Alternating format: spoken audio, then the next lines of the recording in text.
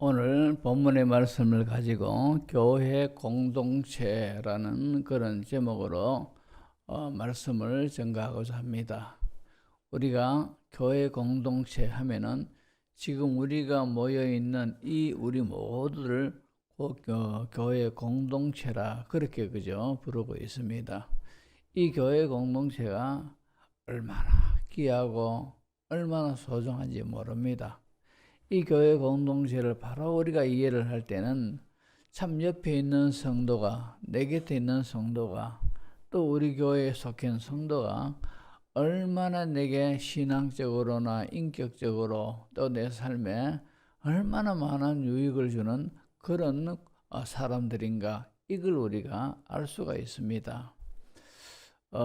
근대 기독교사의 최고의 전도자라 말하는 무디 목사님 우리가 알지 않습니까? 그죠? 이분이 어느 겨울날 집회를 인도를 떡 했는데, 집회를 인도하고 난 다음에 이제 사무실에 이제 왔습니다. 그때 노크를 하면서 어떤 청년이 들어왔어요. 질문하고 싶다는 거죠. 자, 어떤 질문인가 하니까 교회가 왜 그래 필요하냐는 거죠. 교회가 하나님은 어디서든지 다 계시고 어디서든지 우리의 모든 예배와 찬양과 기도를 받으시는 하나님이시지 왜 일부러 교회에 모여가지고 이렇게 예배를 드리고 하느냐, 이렇게 질문을 합니다.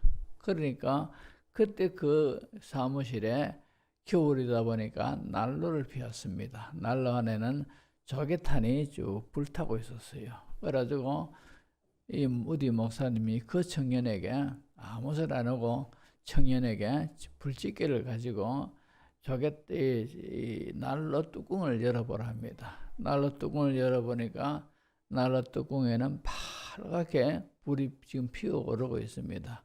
그 중에 조개탄 하나를 집어가지고 밖으로 끄집어내보라 합니다. 그러니까 파랗게 다른 조개탄을 불집게로 집어가지고 밖으로 내놓으니까 금방 새까맣게 식어버리는 거라, 그죠?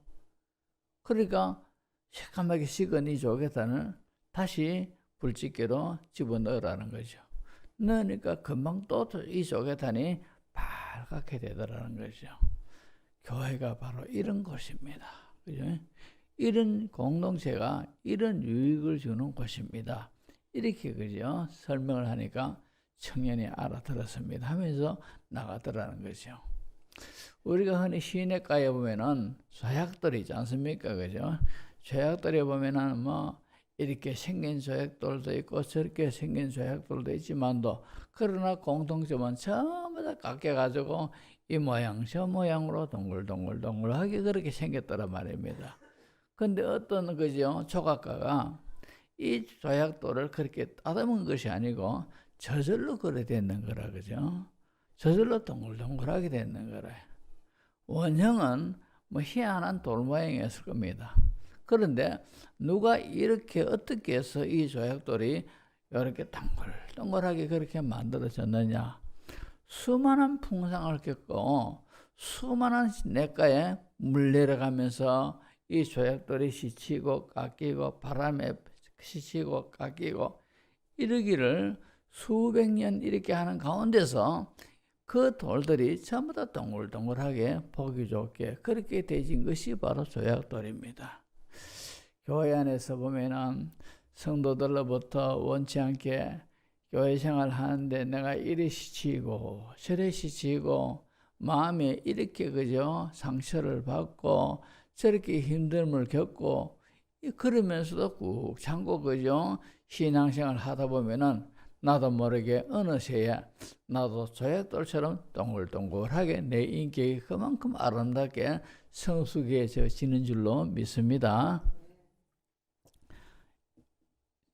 이스라엘 나라는 원래 농사 짓는 것보다도 이제 양을 치고 그리고 염소를 치고 이런 거죠. 초목 생활하는 유목민들입니다. 원래 선조가. 그러다 보니까 이 양들을 키우는 데는 전문가들이죠. 이 팔레스타인의 모든 사람들은 특히 이스라엘 백성들이 그랬습니다. 근데 이 이스라엘 백성들이 양을 이제 칠 때에는 이 양들을 전부 다 들판으로 이제 데리고 갑니다. 근데 양이 뭐 수십 마리, 수백 마리 그런 경우에 따라 가지고 염소들을 그죠. 그 중에 몇 마리씩 집어넣어 놓습니다. 염소들은 받는 습성이 있습니다. 그죠?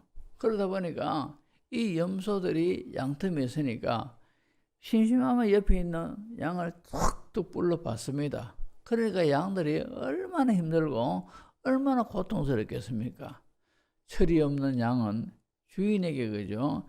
왜 나의 목자 되신 주인이 왜 염소를 우리 가운데 두어가지고 이렇게 우리를 힘들게 하는가? 이렇게 그죠? 이해를 하지 못합니다. 그러나 주인이 염소를 군데군데 넣어놓은 데는 이유가 있습니다. 이건 양들의 건강을 위해서 그렇게 하는 거예요. 양들은 원래 보면은 다리가 앞다리나 뒷다리나 다 짧기 때문에 풀을 뜯어 먹고 이러면은 그죠? 몸이 비대해집니다. 비대해지고 또 상대적으로 털이 그죠? 많고 이러다 보니까 틈만 나면 누우려고 한답니다. 틈만 나면 쉬려고 하고 그러다 보니까 털이 많다 보니까 몸도 무겁지요. 그러니까 땀도 나지요. 움직이기 싫어하죠. 살은 찌지요. 병이 생기는 겁니다. 그래서 이런 것들을 방지하기 위해서 염소가 쿡쿡 받으니까 받치니까 아프니까 거기에 모니까 자꾸 움직이고 염소를 피해가지고 이래 다니고 저래 다니고 하다 보니까 자기도 모르게 운동이 되고 뛰어다니게 되고 이렇게 튼튼하게 되더라는 겁니다. 그런 목적 하에서 목자 되는 이 사람이 자기 양들의 건강을 위해서 염소들을 군데군데 중간에 넣어놓는 경우가 있어요. 교회는 하나님께로부터 구원받은 성도들이 모인 곳이 바로 교회입니다. 그러니까 세상 모임하고는 다르지, 그죠?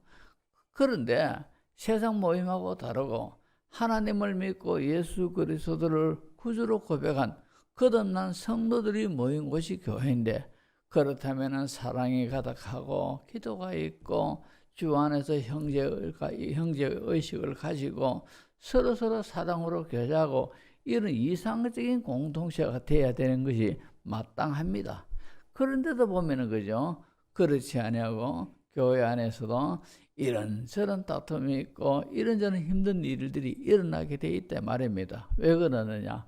우리는 변화되어진 것이 아니고 변화되어서 가는 과정에 있기 때문에 우리도 지금 그죠? 약한 부분이 있기 때문에 그 약한 부분이 교회에서 나타나기 때문에 때로는 상처를 주기도 하고 상처를 받기도 한단 말입니다. 그러나 이런 상처를 받고 때로는 상처를 주고 하는 가운데서 나중에 깨달음을 얻게 되고 이렇게 하는 것이 잘못되었구나, 이렇게 하는 것이 참 아프구나, 이것을 주님 바라보고 기도하고 참고 이렇게 나아가다 보면은 나중에 신앙의 성숙도가 점점 더 깊어지는 그런 시너지 효과가 있는 줄로 믿습니다.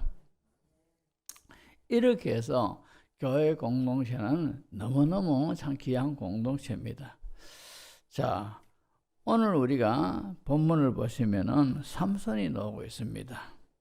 삼손은 하나님이 이스라엘 민족을 구원하기 위한 사사로서 그를 들어 서시기 위해서 태어나게 하셨고 또 하나님께서 한때 삼손을 사사로 하나님은 사용하게 하십니다. 그래서 삼손이 태어날 때 얼마나 하나님께서 기대하시는 큰 인물로 그가 태어났다 하는 것을 우리가 알 수 있는 것이 사사기 13장 3절을 보시면은 이런 말씀이 있습니다. 사사기 13장 3절 말씀 보세요. 5절 말씀입니다. 사사기 13장 5절 말씀.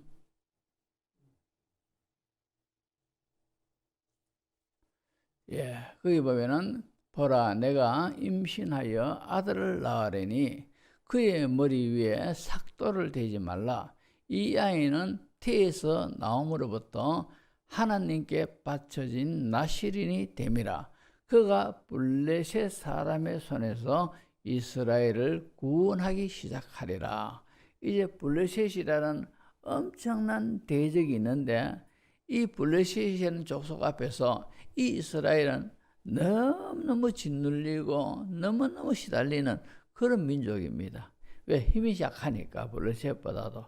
그런데 이 블레셋에게서 이스라엘을 구원하기 위하여서 이 삼손을 태어나게 하셨고 하나님이 그렇게 쓰시겠다 약속을 하셨습니다. 그러니까 이 삼손은 하나님이 이스라엘을 위하여 구원하기 위하여 하나님께서 쓰실 인물로 이미 태어날 때부터 선택하셨다 하는 것을 우리가 알 수가 있습니다.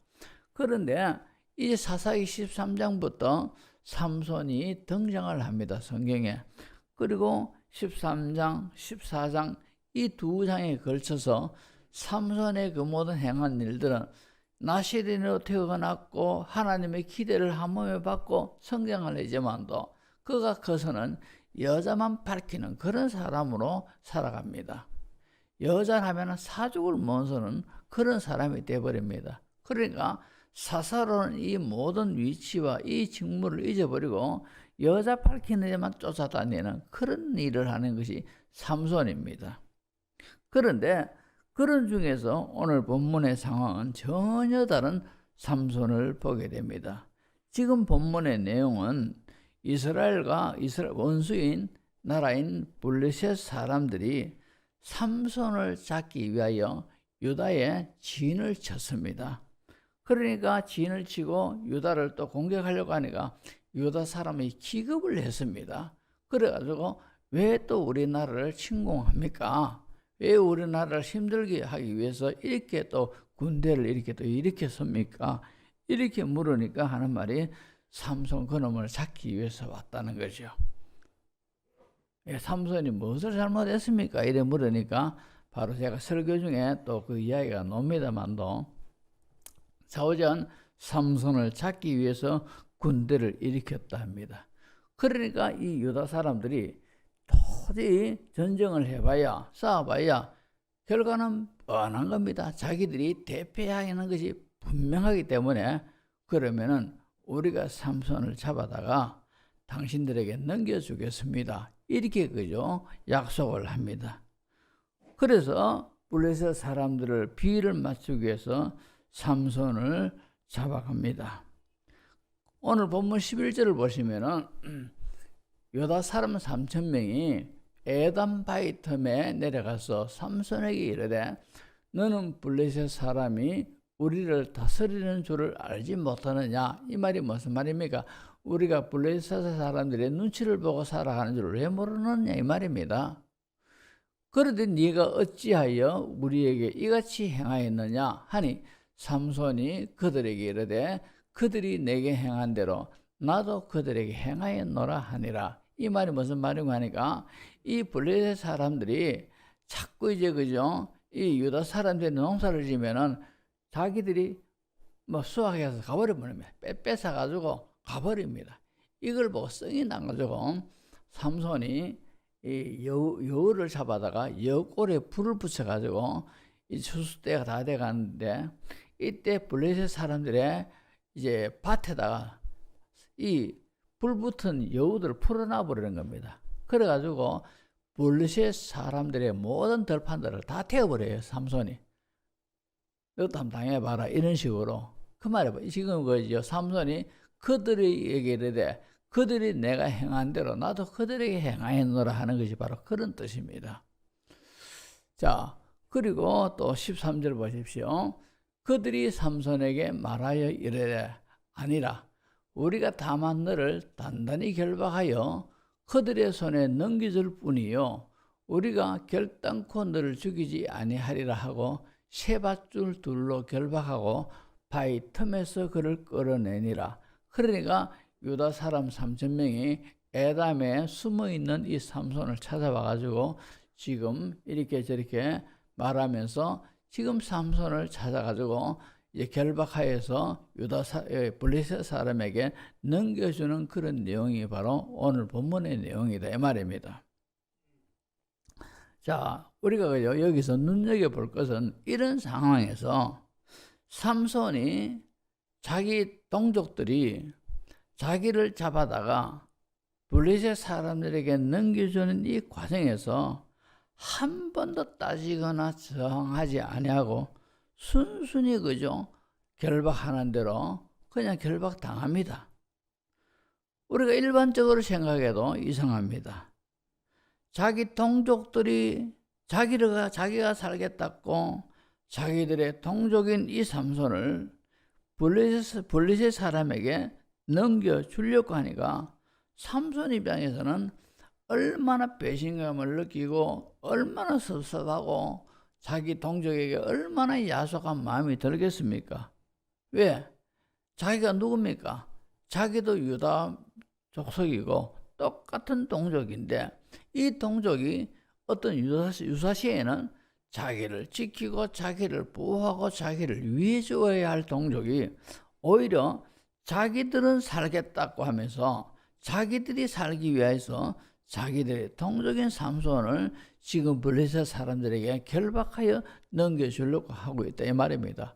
그러니까 삼손 입장에서는 얼마나 섭섭하겠습니까?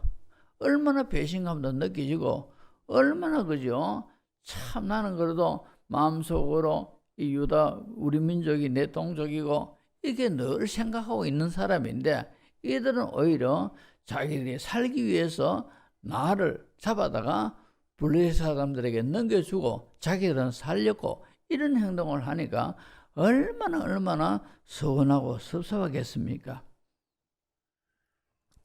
또 삼손이 우리가 알다시피 어떤 사람입니까? 그는요 타고난 힘장사입니다. 타고난 힘장사래요. 우리가 알다시피 낙이 턱뼈 그 힘없는 그 아무것도 아닌 건 이 턱뼈를 가지고 블레셋 사람 군사 1000명을 죽이는 그런 일이 일어났지 않습니까? 그죠? 사람이 아무리 날고 뛰는 사람이라도 세 사람 이상은 감당하기 힘들답니다. 그런데도 이 삼손이 낙이 턱뼈 이 하나를 가지고 1000명을 죽이는 거예요. 블레셋 군인들을.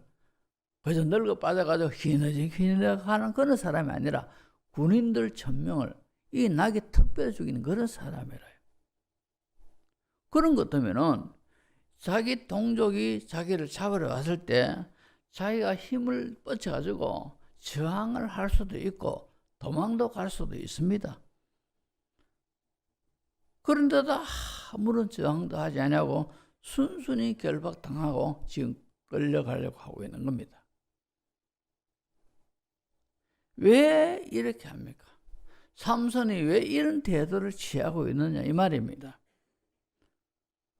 그것은요 지금 자기 동족들은 자기에게 도저히 해서는 안 될 짓을 지금 하고 있습니다. 너무너무 자기들은 살겠다면서 삼손은 사지로 몰아넣으려고 못된 짓을 지금 하고 있다 이 말입니다. 그럼에도 불구하고 삼손은 순순히 포박당하는 것은 지금 자기를 포박하는 이 사람들이 블레셋 적군이 아니고 자기 동족이기 때문에 자기가 순순히 그렇게 포박을 당하고 있다 이 말입니다. 이런 삼손의 태도를 보십시오. 오늘 본문 8절을 한번 보십시오. 블레셋 사람들의 정강이야 넓적 다리를 크게 쳐서 죽이고 내려가서 에담 바위 틈에 머물렀더라. 블레셋 사람들에게는 용감한 삼손입니다. 그들의 정강이야 넓적 다리를 크게 쳐서 죽이고 에담 바위 틈에 숨어있는 이런 삼손입니다. 그리고 이 삼손이 앞에 내용에 보면은 이 블레셋 사람들이 이 유다 사람들이 농사를 지으면은 자기들이 힘이 세고 강하다라는 것을 이용해가지고 이 1년 내내 농사 지어 나는 이것을 약탈해가 가버리는 거라요. 그러니까 막 의분이 솟구친 이 삼손이 너희들 한번 당해봐라. 이래가지고 여우를 잡아다가 여우골에다 불을 붙여가지고 그 블레셋 그 들판에 지금 익어가는 꼭지들을 그 사이로 풀어놔 버리는 거라요. 그러니까 이 블루셋 이 들판에 곡식들이 다 타버리는 겁니다.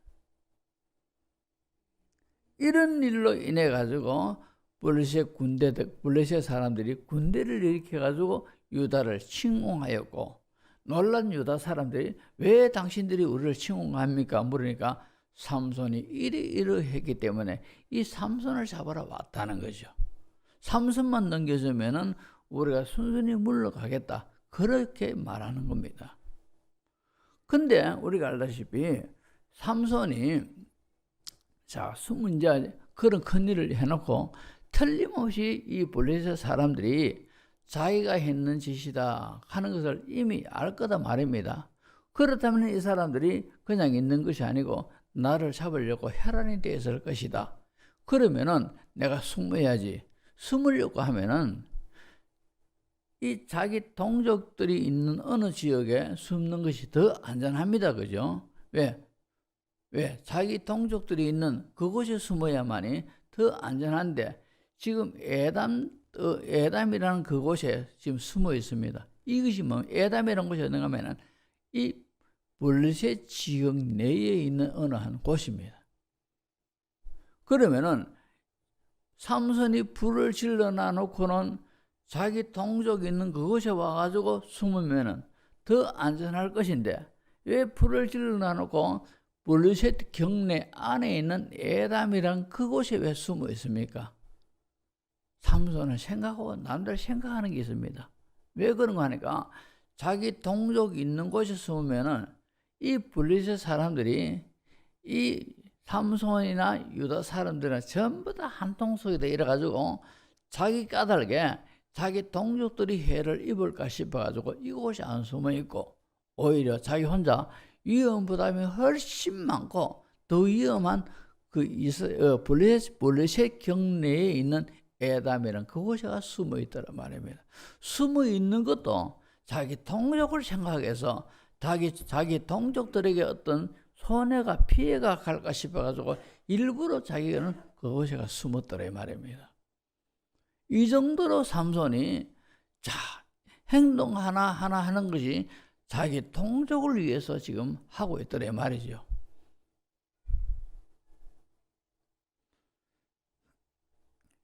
삼손의 이런 모습과 이 삼손을 잡으러 오는 유다 백성들의 모습하고는 너무너무 대조적이지 않습니까? 그죠? 한쪽은 자기가 살겠다고 자기 동족인 삼손을 블레셋 사람들에게 잡아서 넘기려고 그렇게 하고 있고, 또 삼손 입장에서는 어떤 경우라도 자기 동족은 자기 적이 아니기 때문에 자신이 위험할지라도 자기 동족은 위험에 빠지지 않도록 해야지, 그런 마음을 가지고 애를 쓰고 있는 이 모습입니다. 우리는 정문교회라는 교회 공동체 속의 일원들입니다. 삼손이 이런 모습을 보면서 우리가 깨닫는 것이 있어야 됩니다. 우리도 배워야 된단 말입니다. 하나님이 이런 내용을 성경에 왜 기록해 놨겠습니까? 우리에게 영적 교훈을 주시기 위해서 기록을 하셨더라 이 말입니다. 우리는 공동체 생활하면서 내 개인의 유익과 내 개인의 편리보다도 우리가 공동체를 더 우선하고 공동체를 더 위하는 그런 성도가 되어야 되고, 그런 일원이 되어야 되고, 그런 공동체의 한 사람 한 사람이 되어야 된다 이 말입니다. 이 오늘 본문의 내용이 이 시대에 자기 중심주의로 팽배한 이 시대에 참으로 우리들에게 하나님이 이 사실들을 그렇게 하기를 원하신다는 하나님의 뜻을 우리에게 알게 하고 깨닫게 하시기 위해서 이 내용들을 성경에 기록해 놓고 있다 이 말입니다. 이런 것을 보면서 나는 우리 공동체에서 어떻게 신앙생활을 해야 되고 어떻게 처신해야 되는가, 답이 분명하지 않습니까? 삼손과 같이 자기 동족을 우선하는 사람이 성경에도 이 사람 저 사람이 있습니다. 대표적인 이 사람이 바로 모세 아니겠습니까? 자, 모세는요, 이 이스라엘 백성을 애굽에서 이제 이끌어내 가지고 광야 생활 40년을 거쳐서 가나안 땅까지, 가나안 적경까지 인도하는 그 사명이 바로 모세의 사명입니다. 이제 가나안 땅에 들어가는 것은 바로 모세의 후계자인 여호수아에게 맡기고, 모세는 이 가나안 땅 그렇게 사모하고 그렇게 갈망하던 이 가나안 땅만 쳐다보기만 하고 하나님이 그를 데려가십니다. 그러니까 모세의 삶은 어떻게 보면은 가나안 땅에서 이 광야의 생활에서 이 이스라엘 백성과 함께 고생만 하다가 이제 하나님께로 간 사람, 그런 사람이 바로 모세입니다. 우리가 광야에서의 이스라엘 백성들을 한번 생각해보면 떠오르는 게 있습니다. 어떤 것입니까? 툭 하면 원망하고 툭 하면 불평하고, 이것이 바로 이스라엘 백성입니다. 그래서 성경에는 사도 바울이 이 내용을 서신에 두고 우리는 원망하지 말자, 우리는 이스라엘 백성과 불평하지 말자, 그들은 원망하다가 불평하다가 멸망당했다, 이러면서 원망하지 말고 불평하지 말자, 그들처럼. 그만큼 광야 생활하는 이스라엘 백성들이 어려우면은 모세를 원망하고 힘들면은 모세를 두고 불평을 하는 겁니다. 모세는 이스라엘 백성을 위하여 이렇게 고생하면서 희생하면서 온갖 소리 들어가면서 참고 그렇게 이스라엘 백성을 위해서 인도한다고 자기 역할을 잘하고 있는데, 자기들이 어려움 당하는데 모세를 불러다가 니 때문에 이런 식으로 원망하고 불평합니다. 이것도 한두 번이 아닙니다. 번번이 그렇게 합니다. 자, 그런 가운데서 한 번은 이제 시내산에 도착을 했고, 이제 모세가 하나님의 부름을 받아가지고 시내산으로 정상으로 이제 하나님이 그를 오라 하십니다. 거기서 우리가 잘 아는 돌판에 새긴 십계명을 하나님께로부터 직접 모세가 받지 않습니까? 그죠? 그 기간이 40일이 걸렸어요. 그러니까 모세는 이제 하나님께서 나를 저 시내산 정상으로 오라 하시니까 이스라엘 백성들에게 너희들은 밑에서 기다리라, 이렇게 하고 올라갔다 이 말입니다. 그런데 하루가 지나고 이틀이 지나고 일주일이 지나고 2주일이 지나고 이러니까 이제 이스라엘 밑에 떠 있던 이스라엘 백성들은 하마나 내려올까 했던 모세는 내려오지 않는 겁니다. 그러니까 40일이 되어도 내려오지 않으니까 모세는 죽었다, 이렇게 판단하고, 이제는 우리 지도자 모세가 죽었으니까 우리를 인도할 신을 우리가 만들자, 이래가지고 참으로 아무런 어떤 충동도 안 하고 앞장서지 않던 아론을 아주 급박해가지고는 우상을 만들자는 거죠. 우리를 위해 신을 만들자는 겁니다. 그러니까 너희들 다 금붙이 다 빼라, 이래가지고 불 속에 집어넣어가지고 금송아지를 만들었지 않습니까? 그러면서 그 금송아지를 향하여서 이제 너는 우리를 여기까지 인도한 신이고 앞으로도 우리를 인도할 신이다, 이렇게 하면서 춤추며 축제를 벌이고 있는 겁니다. 하나님이 이 모습을 보시고 모세 보고 급히 내려가라 합니다.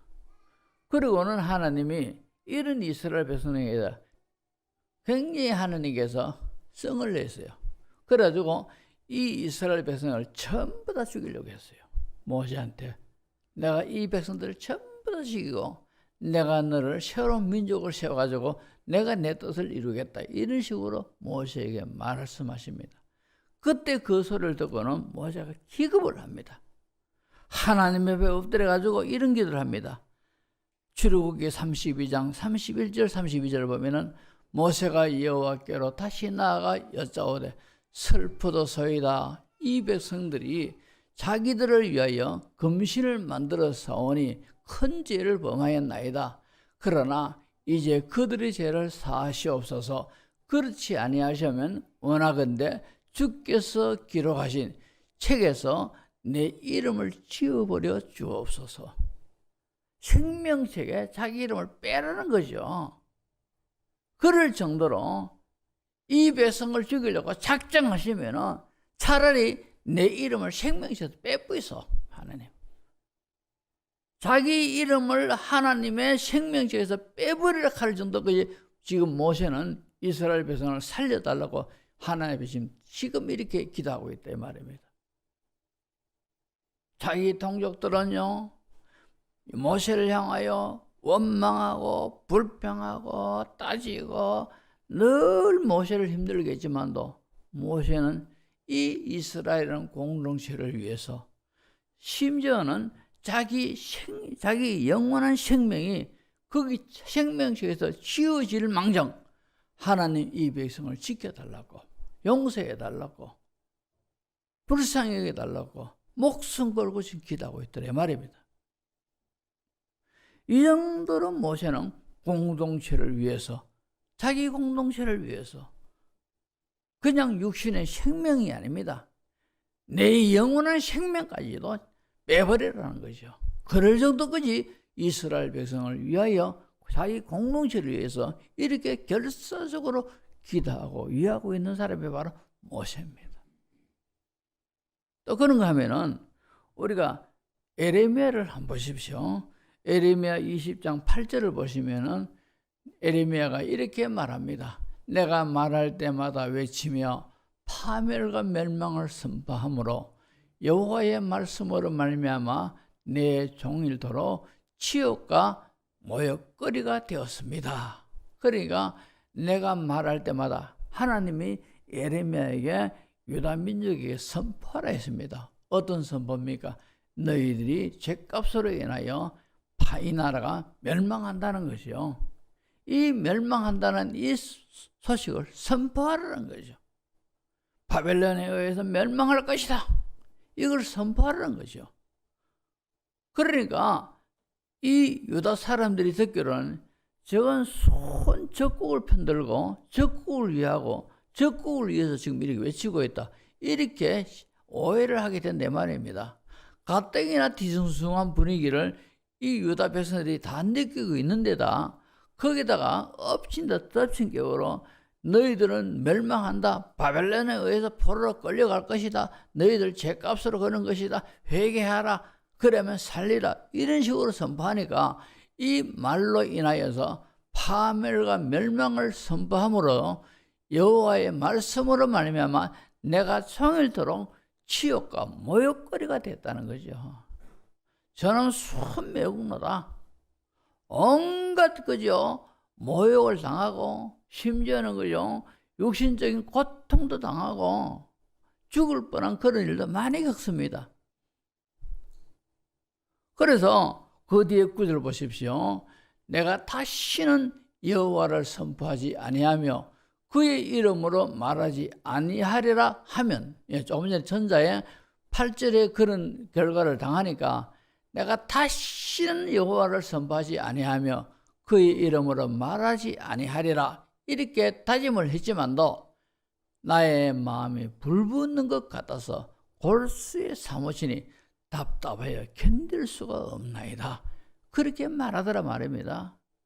자기 민족을 사랑하는 그 마음이 불붙는 것 같아가지고 내가 다시는 이런 모욕을 당하고 이런 처우를 받고 이런 죽을 뻔한 그런 고비, 매국노라는 소리도 듣고 많은 불이익을 당하고 있는데 내가 다시는 죽든지 살든지 모르겠다. 이렇게 생각하고 하니까 자기 마음이 불붙는 것 같아서 못 견디겠다는 거래. 그래서 또 울면서 이 에레미야는 거리거리 다니면서 하나님의 메시지를 선포하는 것이 바로 눈물의 선지자 에레미야다 이 말입니다. 공동체를 그러기 위한 사람들. 스가랴서 2장 7절 8절을 보면 이런 말씀이 있습니다. 바벨론 성에 거주하는 시온아 이제 너는 피할지어다. 만군의 여호와께서 이같이 말씀하시되 영광을 위하여 나를 너희를 노력한 여러 나라로 보내셨나니 너희를 범하는 자는 그의 눈동자를 범하는 것이라 이랬습니다. 그러니까 너희를 범한다 이 말은 유다 백성들, 하나님의 선택한 이 유다 공동체를 두고 하는 말입니다. 이 유다 공동체를 범하는 자는 그의 눈동자를 범하는 것이라. 그는 누굽니까? 하나님을 지칭하고 있습니다. 하나님의 눈동자를 범한다는 거죠. 사람의 인체 중에 그죠? 눈이 얼마나 소중합니까? 그만큼 하나님이 자기 택한 이스라엘 백성을 그렇게 소중하게 여긴다 말입니다. 소중하게 여기는 이 이스라엘이라는 공동체를 범하는 자는 하나님의 눈동자를 범하는 것이라. 그렇게 말씀하고 있습니다. 마치 우리 정문 공동체가 있습니다. 이건 하나님의 눈동자처럼 우리를 소중하게 여기고 있다 말입니다. 그런데 이 공동체를 범하는 자는 하나님의 눈동자를 범하는 것과 같다는 거죠. 이 말씀이 얼마나 소름이 돋게 하고 얼마나 무시무시하게 해도 겁나는 말씀인지 모릅니다, 여러분. 그러니까 우리는 어떤 경우에도 나의 모든 안위보다도 내 편리보다도 내가 불이익을 당하더라도 내가 힘듦을 당하더라도 그래도 공동체를 위하여 해야지. 공동체를 위하여서 공동체를 우선하면서 이렇게 그저 우리가 처신을 해야 된다 이 말입니다. 오히려 내가 참 공동체를 위해서는 내가 하늘에 썩어지는 미랄이라도 내가 되어야지. 이러면서 공동체를 위하여 기도하고 내가 사랑하고 내가 고민하고 내가 근심하고 내가 염려하고 내가 걱정하고 참으로 우리 공동체를 위해서 그렇게 애쓰고 이럴 때 하나님이 그 사람을 얼마나 복되게 여기시겠느냐 말입니다. 우리는요, 이 공동체를 하나님이 이렇게 소중하게 여긴 이 공동체를 위해서 정말 아름다운 공동체, 더욱더 귀한 공동체 되도록 우리 모두가 애를 써야 돼요. 말하는 것도 조심해야 됩니다. 말 한마디 하는 것도 조심해야 됩니다. 행동하는 것 한 행동을 다 조심해야 됩니다. 내가 하는 이 말이 공동체를 위하는 것이냐 공동체를 해치는 것이냐, 내가 하는 이 행동이 공동체를 위하는 것이냐 공동체를 흩어지게 하는 것이냐, 우리가 생각을 잘 하셔야 된다는 거죠. 하나님이 눈동자처럼 소중하게 계시는 공동체입니다. 이 사실을 아시고 우리가 여러 가지 힘든 일, 마음의 상처, 때로는 불이익, 이런저런 일을 겪을 때도 있습니다. 하지만 또 이런 것들이 나중에는 제가 서두에 말씀드린 것처럼 소약돌이 동글동글하게 되는 것처럼 이런 것들을 다 주님 생각하면서 믿음으로 다 쏘하면은 나중에 내 신앙의 인격이 이만큼 성숙해집니다. 그러니까 다 참고 어떻게 하면은 하나님이 교회 공동체를 이렇게 소중하게 여기고 계신다는 것을 우리가 깨닫고 항상 교회 공동체를 우선하는 그런 우리의 모든 성도들이 되어야 할 줄로 믿습니다. 자, 이 시간에 우리가 한 1분이라도 우리가 교회 공동체를 위하여 좋은 역할, 선한 역할을 하는 교회 공동체를 우선하는 그런 신앙이 되게 해달라고 우리가 다 같이 기도하겠습니다.